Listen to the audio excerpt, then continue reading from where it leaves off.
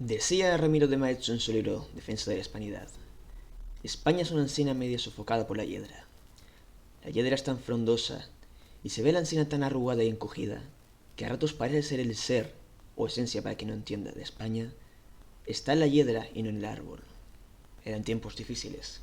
España había perdido sus provincias de ultramar, Cuba, Puerto Rico y Filipinas. El sol se había puesto en el Imperio Español. Los estragos de la Gran Guerra no habían cesado, la humillante guerra del Rif. Los regímenes democráticos se encontraban en crisis y el mundo temblaba ante la depresión del 29. En los países vencidos en la guerra surgían los regímenes autoritarios que todos conocemos, y tras Alfonso XIII, España estaba dividida por una estúpida línea divisoria de azules y rojos que dividía a hermanos y a un pueblo. Con la sacudida del desastre, surgió la generación del 98, una generación preocupada por la situación de España a tal punto que España sufriría una crisis de identidad. Ya no es una mera pesadilla hablar de la posibilidad del fin de España, y España es parte esencial de nuestras vidas. ¿Qué somos hoy? ¿Qué hacemos ahora cuando nos comparamos con aquellos españoles? Pero la hiedra no puede sostenerse por sí misma. En mitad de aquella convulsión surgieron dos conceptos: hispanidad e hispanismo. La hispanidad, unión de blancos, indios, negros, mestizos, mulatos y asiáticos, no podía ser tomada como una raza, sino muchas. La hispanidad es algo más espiritual, algo que habita en nuestro ser. Y con ello, el hispanismo trató de defender ese ser, esos elementos que pueden ser nuestra cultura, historia, tradiciones y, en casos, abogar por una unidad de estas naciones hermanas. Unidad, que no es sinónimo de sometimiento. El hispanismo ha ganado popularidad en el último lustro, quizá un poco más. Vídeos, memes, edits, shorts, manifestaciones. Pero, ¿realmente se está llevando como se debe? ¿Estarían de acuerdo con esta visión aquellos hombres? Si no eres más que un recipiente de ideas sin pensamiento propio, probablemente no hayas llegado siquiera al final de esta introducción. Pero si quieres aprender y desmontar esa hiedra, así como la que crean algunos de estos nuevos hispanistas, no te separes de la pantalla y acompáñame por este viaje para saber qué es el hispanismo.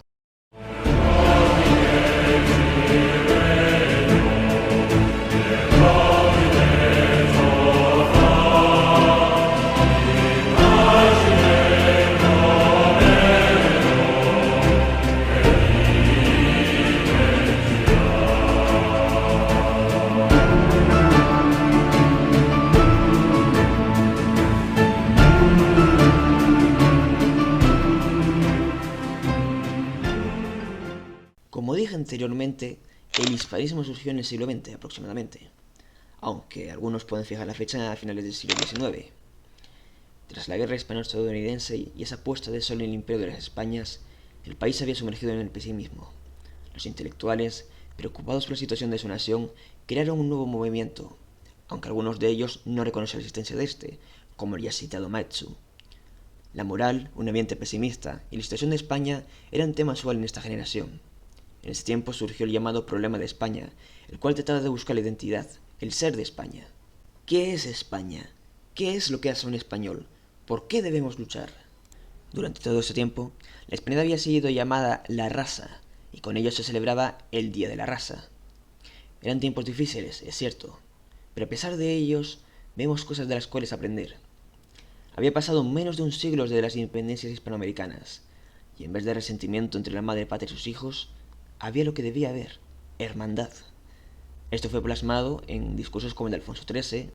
Naciones de América, a vosotras que sois el más vivo testimonio de la grandeza de España, a vosotras que formáis entre todas el más glorioso imperio espiritual de una raza que ya era suma de razas diversas unidas por una fe.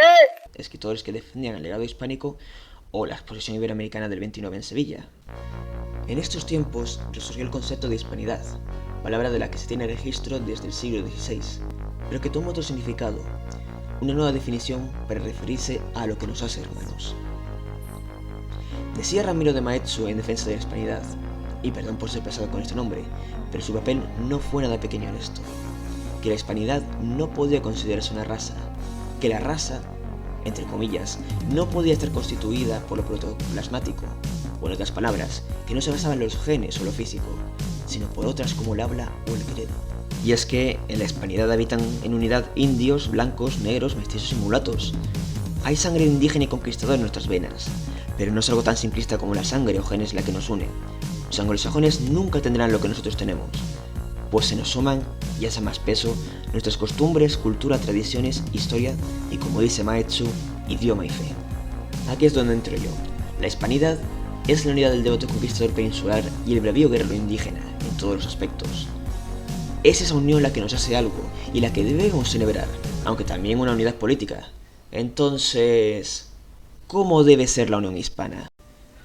Yo siempre prefiero usar el término Federación Hispana. Aquí entramos más en mis palabras que lo que han dicho otros, aunque estoy bastante seguro que todos los que quieran llevar esto en práctica, que tengan un mínimo de cabeza, tengan una idea igual o parecida. La cuestión, y de la que hablaremos más adelante, es que una unificación hispana debe tratar de una unión verdadera de toda la hispanidad, y no el sometimiento de unos a otros.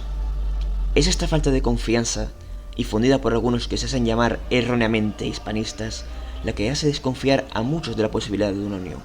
La reunificación no debe ser una patada a la soberanía de las naciones hispanoamericanas, ni el sometimiento de estas a España en un nuevo imperio español, y luego invadir Bélgica porque fue nuestra por unos siglos. Es por ello que abogo por una federación que respete a cada nación hispana con sus fronteras actuales como entidades autónomas, con un gobierno autónomo y lideradas por un gobierno central. Obviamente, podemos hablar de problemas de corrupción, pero ¿no son acaso nuestros gobiernos actuales ya corruptos?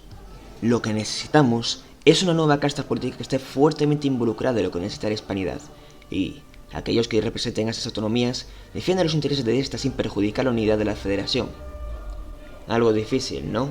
Bueno, prefiero luchar por eso que por un falso heraldo del comunismo-fascismo que se presente como salvador del pueblo a base de mentiras y condene a su población. Otro problema es la monarquía.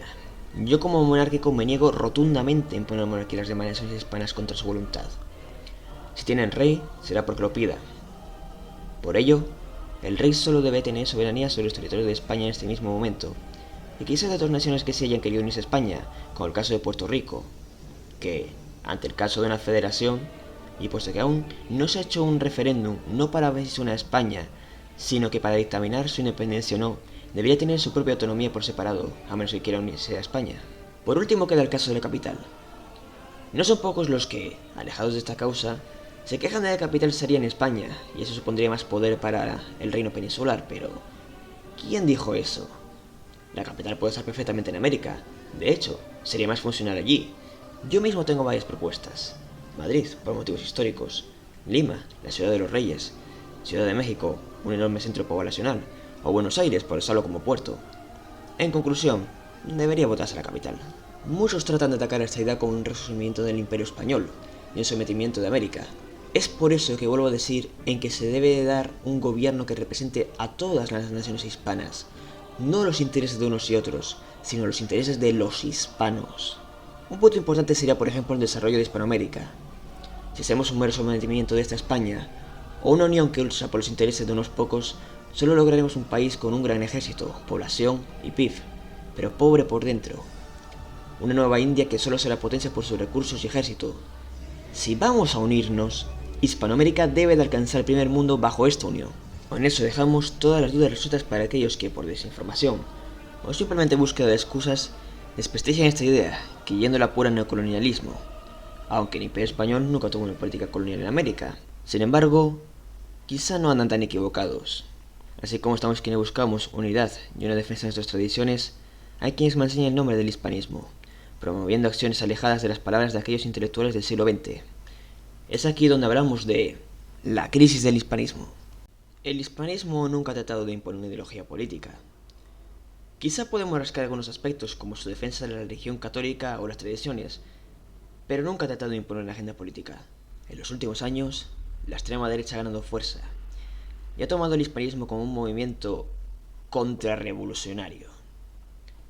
La sociedad ha sido dividida entre el progre woke indigenista de izquierdas y el facha retrógrado con tendencias de la tercera posición que lo mascara todo con el hispanismo. Niños de 13, 14 y algunos adultos que no demuestran madurez mental, que elogian a regímenes fascistas y autodestructivos como el franquista, que solo dividió a la sociedad española en falsos enemigos inventados, en rojos y azules, que buscan convertir a España, y si tienen suerte la hispanidad, en un horrible infierno autoritario, basado en la extrema derecha y ciertas dictaduras del siglo XX que aborrecemos. Y redentistas y nacionalistas que retorcen los pilares de unidad y hermandad en un simple neocolonialismo, que solo busca los intereses de España y el sometimiento de América solo para después conquistar territorios como Bélgica, Nápoles o el Franco Condado, que ni son hispanos ni católicos en ciertas situaciones, porque fueron españoles. Y finalmente la creación de falsos enemigos, como los anglos o judíos sionistas masones o inmigrantes, enemigos de la patria, en un discurso totalmente fascista. ¿Qué se nos perdió en Flandes si ni siquiera hablan español? ¿Qué sentido tiene el racismo y la pureza de la raza si el hispanismo promueve y celebra la mezcla causada por la conquista? ¿Sabéis que el que gran parte de la masonería y sionistas sean judíos no significa que todos los judíos lo sean? ¿Qué unidad hay en un sistema totalitario opresor contra ideas diferentes y que someta a naciones hermanas? ¿Por qué dividir entre rojos, blancos, negros y amarillos en vez de demostrarles su equivocación en su punto? No faltará el que venga a crucificarme, el extremista que se desuscriba, o el que me llame comunista. No, no soy comunista. Con Mao Zedong, Stalin, Pol Pot y la actual situación de Norcorea, China, entre otros, ya es escarmiento. Soy monárquico y tradicionalista. Y sí, tampoco a mí me gusta la masonería. Y sé que hay un problema con la inmigración, pero no todos los inmigrantes son unos ladrones criminales que no respetan la cultura. Ni todos los judíos son sionistas. Probablemente ni siquiera un 1% de los judíos son sionistas. Ya basta de buscar enemigos para excusar los males de la nación y acusar minorías que no hicieron nada. Aquí vengo a poner el hispanismo en su lugar, pero también al indigenismo. Muchos me querrán pegar por esto, pero escuchad hasta el final. El indigenismo, como el hispanismo, es bueno y necesario. Así como la defensa del legado hispánico es importante, y una parte importantísima de la historia, cultura e identidad propia de los países hispanos, el indígena también. Y es que, ¿qué es la hispanidad más que la unión del devoto y aguerrido conquistador peninsular y el bravo y fiero guerrero indio? Sin embargo, no podemos caer en ningún extremo. Debemos defender nuestra herencia hispana e indígena por igual. No hay necesidad de desprestigiar una parte para estar a otra. Ni, los españoles fueron unos genocidas que se robaron el oro. Ni, ¿pero qué dices? Si vosotros seréis unos salvajes caníbales sodomitas, menos mal que fuimos a civilizarlos. El Imperio Español defendió los derechos de los indios en varios códigos de leyes, como las leyes de Burgos de 1511, las leyes nuevas de 1542, junto a otras que forman las leyes de Indias. Así como protegían su cultura mediante la recopilación, creación y archivación de obras como Historia de las Indias de Nueva España e Islas de la Tierra Firme, una gran cantidad de diccionarios de las lenguas indígenas.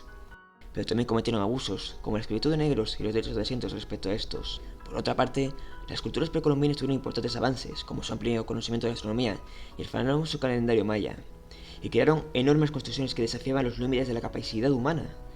Pero por otra parte cometían horribles sacrificios, y algunos de ellos eran caníbales. No todos, porque las culturas precolombinas eran miles de pueblos, pero creo que se entiende el mensaje. Es por eso que, con nuestras grandezas y nuestras bajezas, debemos sentirnos orgullosos de nuestro pasado, que encima tiene más grandezas que bajezas, e intentar no borrarlo. Un mestizo es hijo de un blanco indígena, un mulato hijo de un blanco y negro, y siempre estará en su sangre. Podrá realizarse caros tratamientos y ponerse una máscara de engaños a base de operaciones, pero su sangre y lo que es nunca cambiará. Tratando de ocultar su verdadero ser, solo os hará más daño, al contrario del bienestar que da una buena autoestima y autoaceptarse. Esto pasa día a día con millones de personas, y también con las naciones y su pasado de identidad. Si esta conducta es autodestructiva para las personas y las naciones, debemos de parar, dejar de dañarnos y aceptarnos como somos. Más aún cuando la autoaceptación y autoestima nos dará la felicidad que buscamos tratando de cubrir nuestra verdad. No debemos de blanquear nuestra piel y ser solo hijos de conquistadores, pero tampoco oscurecerla y ser solo un guerrero inca, guanajaní, mexica, maya o tozalcalteca. Es por eso que yo denuncio estas prácticas que solo dañan el hispanismo, que no siguen lo dicho por aquellos hombres que veían el sol ponerse las Españas y temían por el fin de sus tradiciones, cultura, tierra y fe, que no querían someter a nuestros hermanos hispanos, pero querían unirse con ellos, como debe ser una familia. Espero que os haya gustado este vídeo, pero lo más importante, que os haya hecho pensar. Si queréis apoyarme podéis darle like y lo más importante, comentar, puesto que el algoritmo de YouTube recomienda más los vídeos si tienen comentarios. Podéis uniros al Discord en la descripción y el comentario fijado para discutir más sobre estos temas y recordar suscribiros para apoyar el canal y activar la campanita para que os notifique cuando subo vídeos. Estamos a menos de 250 de los 1000 suscriptores. Intentemos como meta conseguirlo antes de que finalice el 2024. Vamos chavales, se puede.